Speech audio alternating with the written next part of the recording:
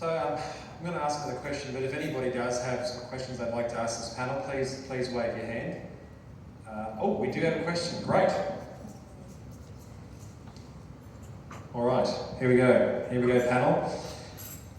We are all trying to grow the regional workforce. However, there is a reduction in training pathways to keep young people in the region.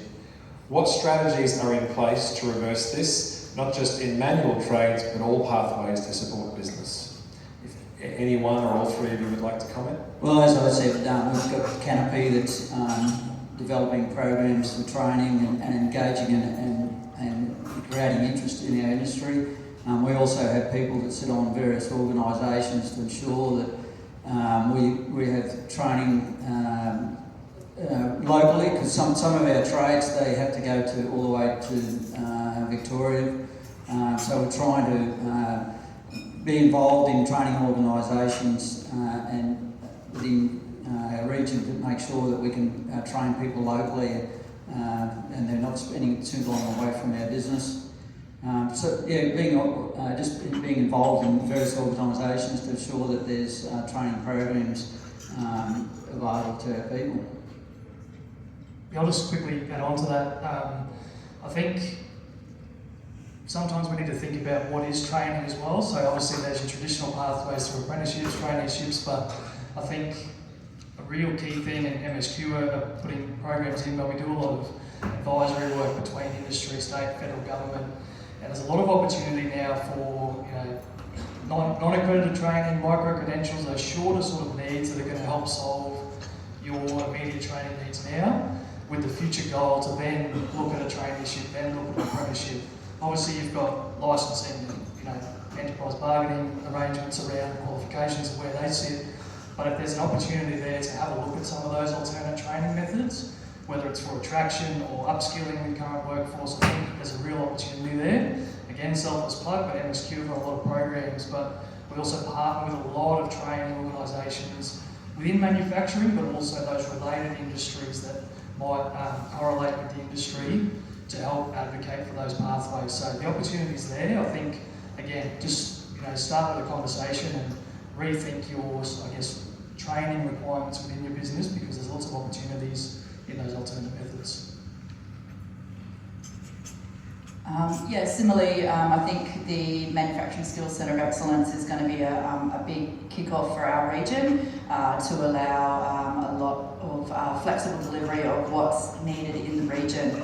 I work very closely with all the schools in the region, very much about education. The program that we run is funded by the Queensland Government, but it's very much about education and support, industry immersion, and creating more school-based apprenticeships.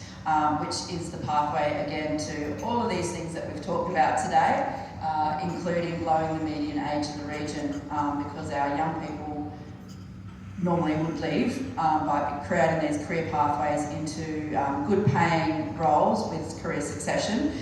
It's going to do all of those things that we're hoping to do for the region, stimulate the economy more, because they'll be earning more money and they'll spend it in the region if we get to keep them here and offer them fantastic career pathways.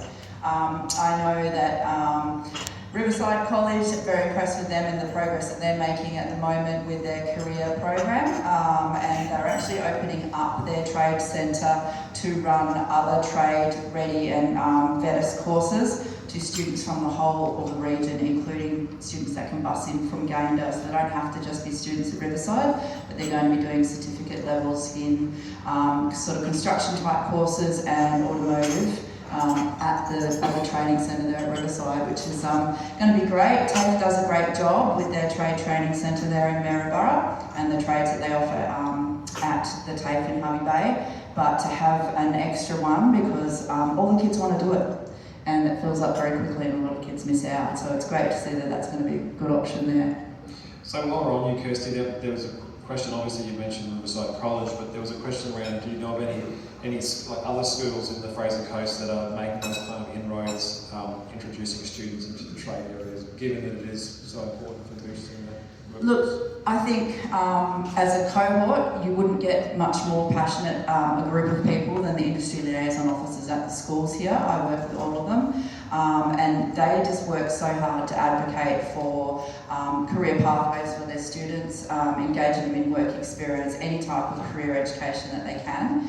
And I think you know, most of the businesses from the region here, I hope, have been very supportive with getting some education around work experience. If the school knocks on your door for some work experience, please open it, because we need to educate the students on, you know, the culture and the workplace. If you want kids to want to work, they've got to know what it is. They've got to see it. That old adage, if they can't see it, they can't be it.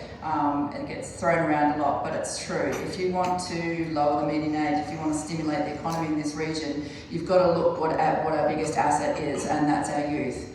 And they are not going to get into careers in this region if we don't give them an opportunity to see it.